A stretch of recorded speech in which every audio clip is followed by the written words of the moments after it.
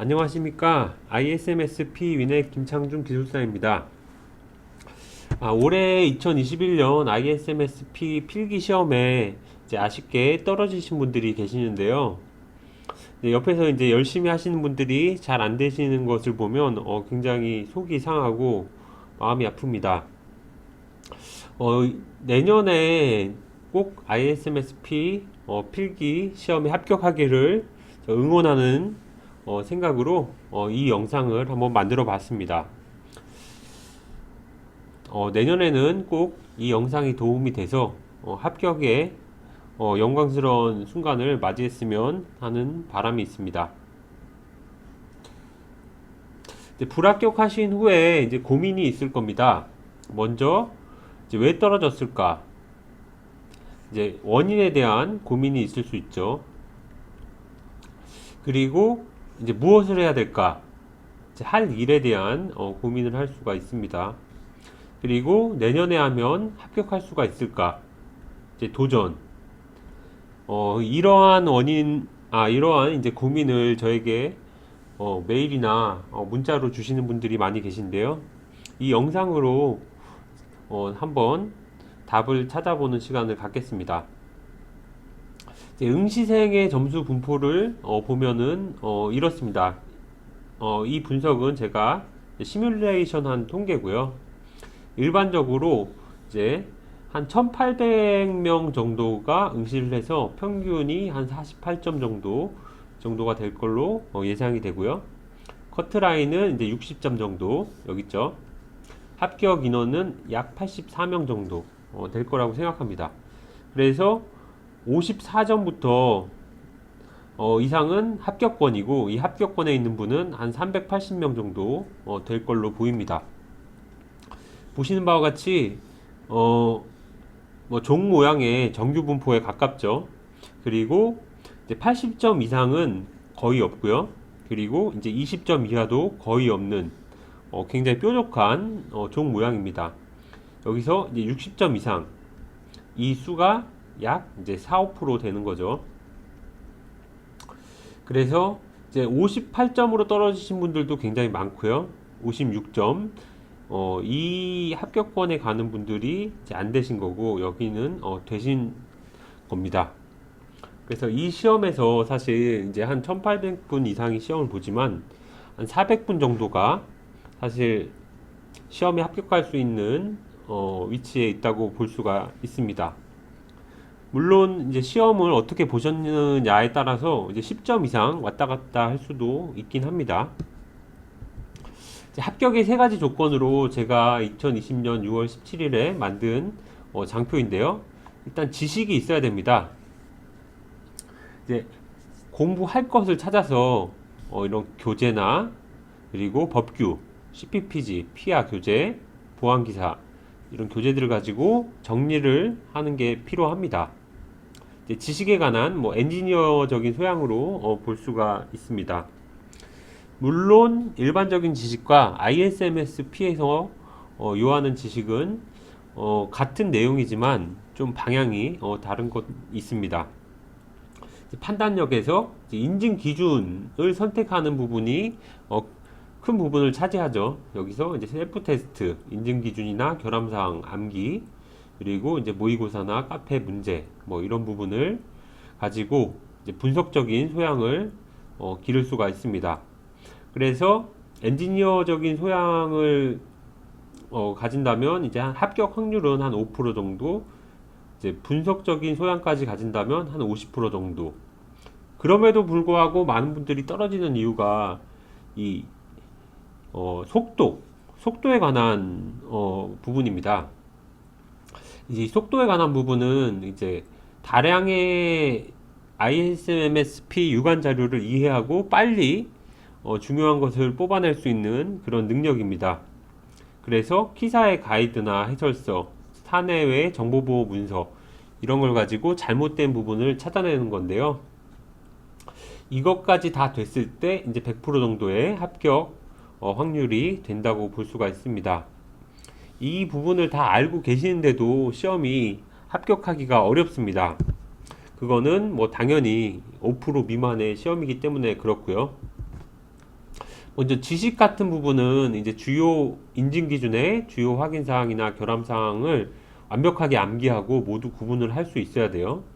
그리고 이제 자료 분석이나 상황 문제 등에서 정보를 수집 분석이 가능한가?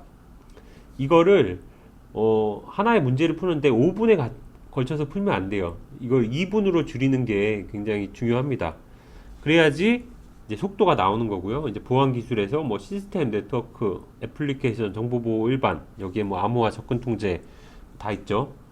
이런 것들을 일단 학습을 하고 실무적인 관점에서 보안 기술을 이해하고 있는가, 실제 접근 통제 어떻게 하는가, 실제 암호화 어떻게 하고 있는가, 이런 부분은 조금 운영하는 부분을 이해하지 않고서는 어렵습니다. 그러면 이와 관련된 정보를 계속 접촉을 할 수 있어야겠죠. 그리고 개보법, 망법, 하위 고시까지 정확히 알고 있는가. 실무적인 관점에서 법적 요구사항을 어떻게 적용하는가가 중요합니다. 뭐 이 부분도 실무를 계속 접하는 게 중요합니다. 그리고 트렌드로 클라우드 보안이나 가상 자산거래소, 금융법규, IT 일반 지식에 대해서도 관심을 가지고 있는가, 이런 부분. 그래서 ISMS-P는 지식에서 이제 응용까지 같이 물어보는 문제이기 때문에 까다로운 점이 있습니다. 그래서 지식은 책으로도 볼 수가 있지만 실무적인 부분은 물론 이제 실무적인 책이 나오기도 하지만 실무에 참여를 하는 게 가장 좋겠죠. 그렇지 않다면 실무자와의 회의, 강의, 질문, 이런 부분을 계속 하면서 문제를 정확히 파악하는 게 필요합니다. 그래서 이제 이전에 합격했던 분도 하던 말이, 실무자끼리 토론을 많이 하면은 굉장히 유리하다. 그래서 실무자끼리 토론만 많이 하더니 이제 60점대 후반, 70점대가 나오는 분이 있더라고요. 그래서 그런 실무적인 응용이 중요하고요. 판단력과 집중력이 굉장히 중요합니다. 지식에서 편차는 한 4점 정도, 판단력이나 집중력이 한 8점, 12점. 그러니까 전체적으로 집중력, 판단력이 나쁘면 마이너스 20점이 될 수가 있어요. 뭐 마이너스 20점이면 굉장히 큰 것 같은데, 사실 5문제를 맞을 것을 만약에 틀린다 그러면 이게 맞은 게 플러스 이고 마이너스 이잖아요. 그렇기 때문에 한 5문제만 잘못 풀어도 20점이 되는 겁니다. 그러면 아까 65점이 나와야 되는 분이 예를 들어서 한 4문제만 틀렸다, 그래도 이제 16점이 마이너스가 되는 거죠. 그러면 이제 50점 정도가 나오는 거죠. 그래서 판단력이랑 집중력이 굉장히 중요합니다. 단 2점이나 6점 차이로 합격과 불합격이 결정되고 인생에서 큰 차이를 만들 수가 있습니다. 그래서 이 문제의 원인을 찾아서 반드시 개선을 하셔야 됩니다. 이거는 이제 개인마다 다르기 때문에 본인한테 맞는 개선점을 찾아야죠. 그리고 합격을 하셔야죠. 그래서 합격을 위한 학습 전략 한번 찾아봤는데요. 이제 이 시험은 합격률이 4%로 매우 어려운 시험입니다, 사실. 만약에 지식이 부족하다 그러면 내년에 열심히 이제 공부를 해야겠죠. 그래서 책이나 가이드, 문제집 등 지식을 이제 요약 정리하고 암기한다, 이렇게 돼 있죠. 그래서 그냥 눈으로 보는 것보다 이렇게 뭐 메모리 카드가 됐던 수첩이 됐던 계속 정리를 하고 형광펜을 칠하고 이걸 한번 해보세요.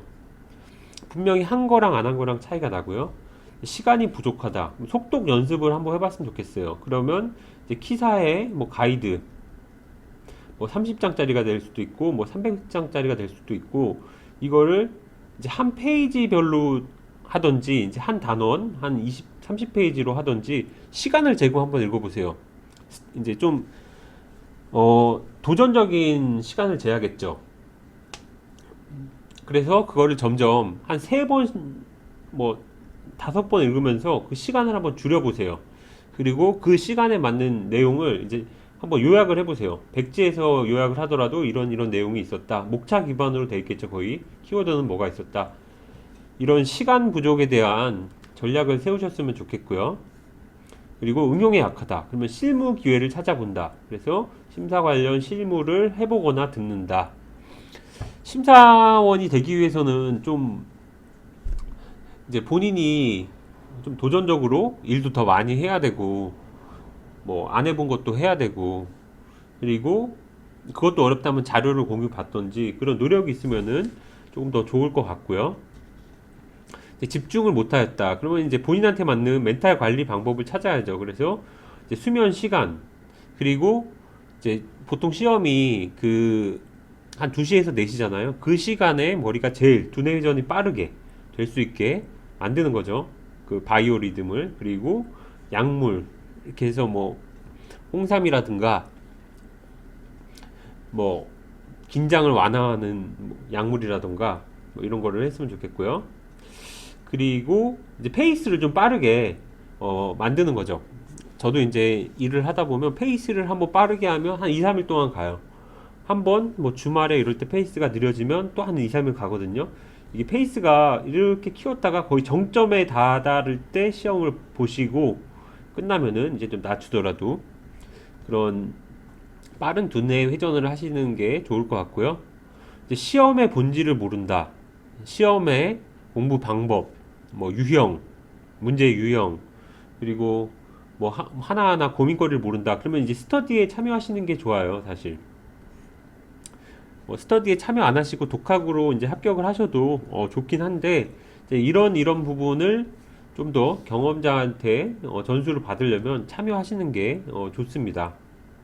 물론 이제 제 스터디 말고도 좋은 스터디가 많이 있을 것으로 보이니까 그런데 학원이라든가 참여를 하셔서 도움을 받는 게 더 좋을 것 같고요.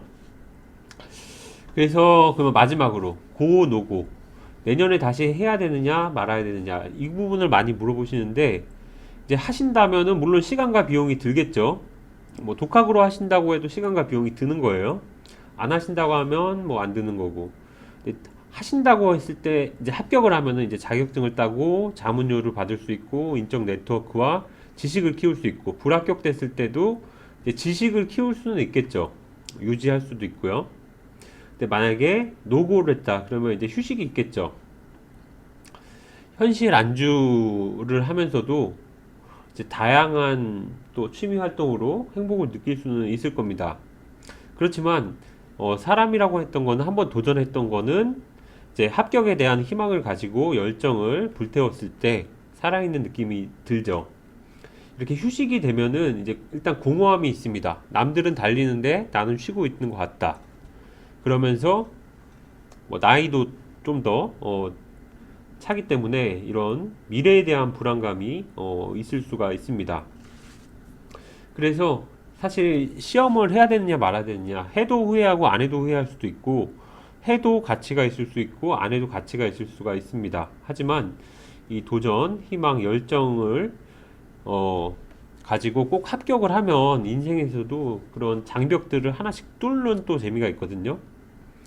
그래서 합격만 하면 이제 기분이 최고가 될 수 있고 이제 불합격 때문에 아쉬움은 있죠. 그게 이제 적지 않습니다. 그래서 이제 합격을 위해서 최선을 다하지만 안 되면 뭐 다음 기회를 또 노려서 또 합격을 하셔야죠. 사실 이게 4, 5%의 시험이지만 1년에 한 번밖에 없지만 또 열심히 하면 또 안 될 시험은 아닙니다. 이번에도 봐도 2년, 3년, 4년 만에도 합격하신 분들이 많이 계시기 때문에 사실 꾸준히 도전을 해서 쟁취를 하시는 게 좋을 것 같아요. 그래서 아주 어려운 자격증에 도전을 하고 합격함으로써 이제 본인을 신뢰할 수 있는 그런 계기가 될 수 있죠. 지나보면 1, 2년의 차이는 큰 의미가 없는 것 같습니다. 우리가 만약에 이제 고3이다. 그랬을 때는 재수하고 삼수하고 이런 게 큰 고민이 될 수가 있죠. 사실 이제 직장인이 나이가 있으면 1, 2년은 별로 크지 않습니다. 그래서 저는 당연히 도전을 하시는 게 맞는 것 같아요. 더군다나 이제 시험 비용도 들지 않잖아요. 독학으로 하셔도 합격을 할 수가 있고 그렇기 때문에 도전을 하시는 것을 강력하게 권고를 드립니다. 요약.